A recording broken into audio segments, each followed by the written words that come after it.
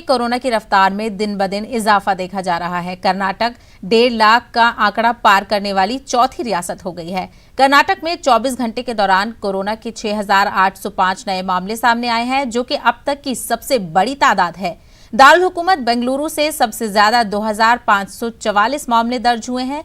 रियासत में 24 घंटे में 93 अमवात दर्ज हुई हैं, जिसके साथ रियासत में कोरोना से अमवात की तादाद 2,897 हो गई है। रियासत में पॉजिटिव केसों की तादाद 1,58,000 से ज्यादा हो चुकी है।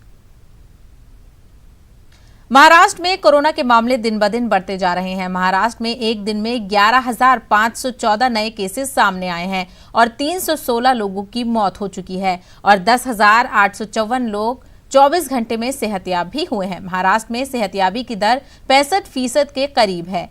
रियासत में मुतासरीन की मजमूई तादाद 4,79,000 से ज्यादा हो गई है।